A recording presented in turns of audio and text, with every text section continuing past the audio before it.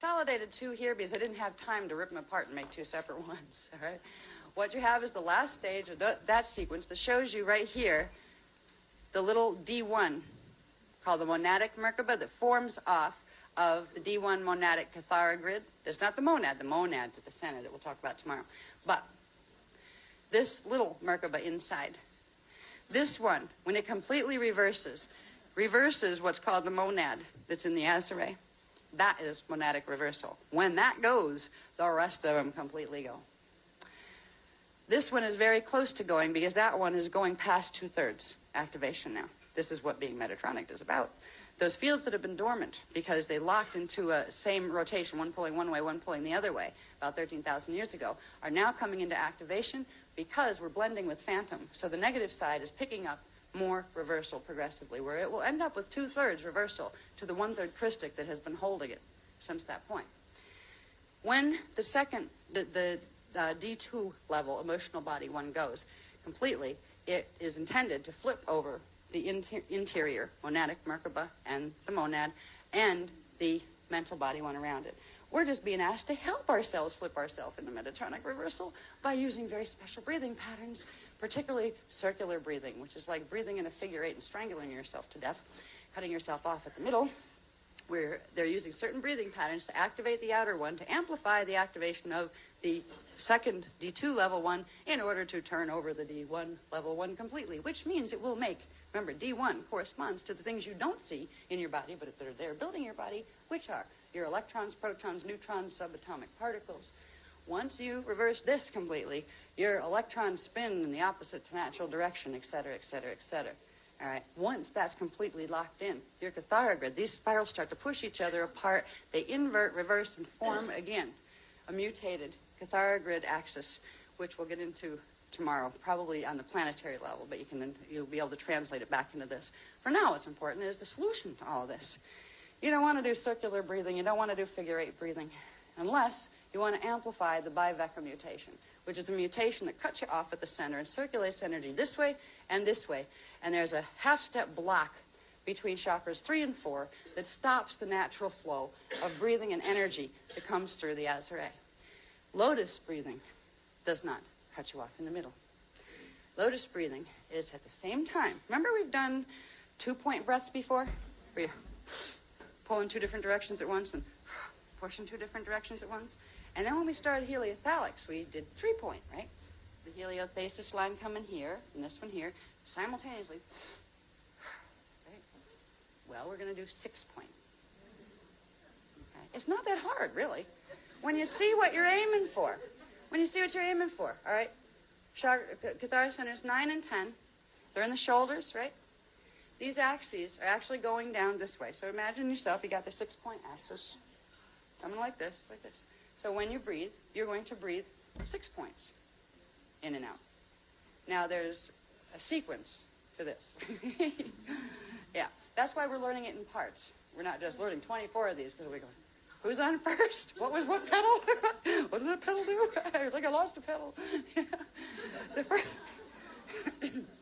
This diagram here, this flower shape in the center, is showing you the first lotus bud. This would be considered technique 1. We don't have them like in typeset written for them yet. We're going to run you through them tonight. Before you leave, hopefully by tomorrow morning, but we'll see what they throw at me tonight, you will have written copies of them. Before you leave, we will give you written copies of the techniques. Okay, even though we won't have the full chart packs ready for you, the techniques that you can use once you go from here, you will have written copies of those. But before you use these techniques, we wanted you to understand what they are. You saw how those Cathara grids, those interwoven Cathara grids, formed these spots on those breathing axes. And you saw how Merkabas were plugged into each of those. Now what is this is showing you here, not only do these flows connect these specific points and open flows of energy in those interior Cathara grids, as you breathe them out, they go into the density level ones. But then look past here. Here's the density Cathara grid where we left or where we started looking at the Cathara grids. But then remember we had density 2, density 3, density 4, density 5, takes us up to the primal light fields. Density 6, Eka, density 1, our first level of our Eka body. That's what these are about.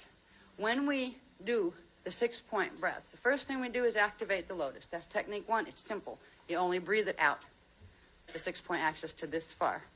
All right, and I'll show you how to do that in a minute. But when we get into the series of 6 breaths, we would go 1, 2, 3, 4, 5, 6. That would activate all the way up to the Eka level. From 1 point, now when we do the whole 24 breaths, we end up with 6 from the Azare, then 6 from the Iyumbi, following the same thing, 6 from the Rajna point, then 6 from the Earth core, which connects with the Veka Mahadra point that we didn't learn about yet, that we're going to learn more about tomorrow, and the Litue point that's connected in here, that opens up all of these flows. And that opens up the electricals, which is the only thing we can open right now in the lotus breaths are the electricals until Heathalan, when the magnetics become available. This opens up all of the flows between all of those levels. It's getting the natural flame body breathing circulation back in motion. And what that progressively does is progressively turn around the D1 and D2 reversals in the interior Merkabas. That is freedom. That is a freedom that there has not been a child born on this planet since 25,500 BC who has had that freedom. Once we give that gift to ourselves, it will spread out through the grids. And lots of people, anybody who angers the Christos seed atom, even if they didn't know they had one, will begin the process of turning this around. We are doing the breathing for the planet right now. We are helping the planet to restore this flow, and it will go out and give that gift to anybody who has the ability to anchor the Christos seed atom electricals. It is beginning the natural breathing rhythm of avatar consciousness, even planetary avatar consciousness. It is clearing the Biveka mutation, which is that cutoff in the center flow that they're teaching you is the right way to breathe, the circular breathing stuff. All that does is keep the reversal locked in. We are clearing, we are reclaiming the D2 emotional elemental thing you look at, body, and the atomic structure of the body. This has been the hardest thing. There are people who have made it through clearing the mental body before, but never this, because the opportunity wasn't here. Hitharo gives us this opportunity. So, knowing when we breathe, and I'll show you what to do in a minute, and I'll try to have it in writing, so we'll practice it more tomorrow, because tomorrow we're not only going to do the first 6 breaths and the initiating sequence, we're going to do 2 more sets, I believe, of 6. We're going to be ready, because when we go into that stand, instead of standing, we're going to be laying down, and we're going to start with the lotus bud. Then we're going to do the 6 from the Azare, the 6 from the Iyumbi next, the 6 from Rajna next, the 6 from the Mahadra next, and the 6 from the Litue next. And we're going to open the whole flow in the shield to get that Christos pattern activating, the Veka Mahadra pattern, the full manifestation wheel, as it's known. So this is exciting stuff. And we've played with, a little bit, the 6-point stuff. It's pretty powerful. And we didn't even do the fast breathing parts. We were just playing with general breathing, the 6-axis, right? There's a part in this where you start to, you do the 6 really fast, and you go into the pedal activations, not just the bud. And you can get really spacey. This is the part I said that if you have any breathing problems, don't push it too much. Don't do it too fast because you don't want to pass out. But try to do it quickly. And if we can remember, when we inhale, it's the Ire breath. When we exhale, it's the Mane breath. And when we pause, it's the Manu breath, where it's all going in to the manifestation center. So you're taking an intention, inhaling it in, Ire, holding it, giving it to the Manos, and the Mano decides, oh yeah, that's what you want? Okay. And then exhaling it. All right, that's part of this whole circulation, but it's a 6-point axis, and it's hitting all of those density levels, which is hitting all of those Merkabas, which, when the whole set of 144 petals are fully activated, you have a full state of, Athana Talea. They're saying, Hanathalea, it would be D12 level. You would only need the 24 Mane and 24 Ire petals activated. But when you activate a full 144, which is not going to be for a while, any of us can do that because the planet can't do it yet, that's when you would reach on your own, as if you were coupling with a female or male opposite, the full Athana Talea. I didn't know this, they're just throwing this out now. Full Athana Talea Eka level. You'd blow yourself right into inner earth, basically, you know. This is the beginning of learning how to manifest as well. They'll teach us more. I think they're going to begin the teachings on manifesting through this breathing and through that Criss code pattern in the Dance for Freedom, Dance for Joy program, but we've got to get through Hithara first, so that's what we're going to focus on. Now, before we go tonight, I would like to run you through, and this will be just the first run through. We'll do it again tomorrow, and hopefully by then I'll have it on paper for you in proper sequence. We'll teach you to do this first, the bud. We'll do the lotus bud. How are we doing on time? They didn't put dinner on the table at 8, did they? They didn't put the dinner on the table at 8, did they? Oh, it was 8:30? Good, I'm not an hour over. They're putting it... All right, they're serving... What? I got 4 minutes. Okay. All right, they're putting dinner out, and you're going to have cold dinner if I don't shut up soon. All right, what we're going to do... I'll do it this way, because I don't want to rush stage 2. I will take you quickly through this, but effectively enough. Tonight, you'll do the lotus bud. Tomorrow, I was just trying to break them up so it was a little easier, because you have to have them all by the May 27th, right? Tomorrow, we will start in the morning with the second stage, where you're shifting stuff in the middle and things. We'll do the easy one first, and what I'd suggest is, once you do this tonight, whenever you can, try to remember to breathe this pattern. Once you get the flow opened, which is the first step with the heliothesis line, once you get that opened, you've got it opened, keep trying to remember to breathe it. Your natural breathing, let it be 6-pointed. Now I'll show you how to do this. It's very, very simple, the lotus bud part. Very, very simple. You see the 6 axis, right? One here, one coming out there, one there, and the vertical. There's 1, 2, 3, 4, 5, 6. We count like bottom and top is 2. That's why it's called 6, even though it's technically 3. Yeah, 6 point. What we're going to do is start with remembering the heliothesis line that comes down this way, right? Right now, your heliothesis line is lined up with 9, with our center 9. Imagine, and I'll run you through it first, and then we'll do it, okay? Imagine that there is a big ball of heliothalic, pale, silvery, pastel, liquid light frequencies. You make a big ball of it way up here, and you're still in the eka. And imagine it, you're inhaling it down into your chest, right into the azray. Hold it there for a second.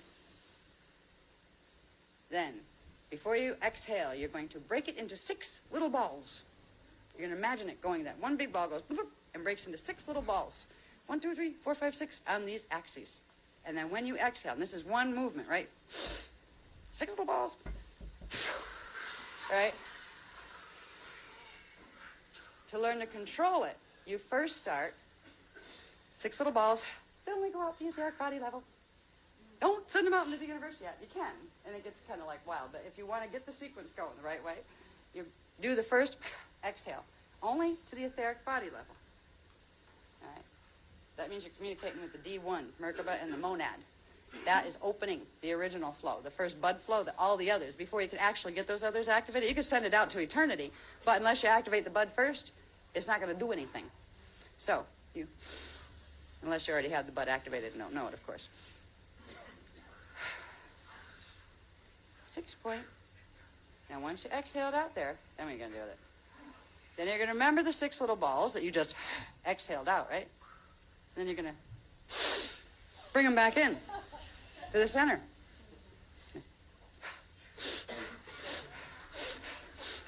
Remember, you're doing it at 6 point, though. Right? There's a feeling to this. Now, you can do the bud as many breaths series as you want to. It's actually very good to play with it, as far as like, let's do 6 fast ones and 6 slow ones. Play with it. Find a rhythm that feels good to you. When we get into the other breaths, which we do, and you can also play tonight if you want to. Okay, I got my butt activated. What happens if I go? How far will they go? Because you realize, when you send them out those axes, these are the centers they're all going through, which means they're activating those centers and all those Merkabas to bring progressively open the seals in all those Merkabas to bring you closer and closer to first the Anataleya state before you can get to the Athanataleya state. So this is the beginning. Now there is a trick to actually fully activating the seals that go in here. And this is where tomorrow we'll get into where, all right, we do this, we activate the bud. But then there's a series from the as area you start, and this has to do with your shields, shifting your shields into alignment where that axis over here becomes here, because you shifted your shield over that way, shifted your Merkaba on D2, or density 2, over this way. So you're actually beginning to shift the angles of your density level Merkabas by using technique 2, A, B, C, and D. All right, that's when you use those extra pedals, and there's a certain way you do them. You don't just go out to the etheric body. That's the bud activation. Then you go really fast. You have it in here, and you go, man, let me do this. This is like you have to get balance.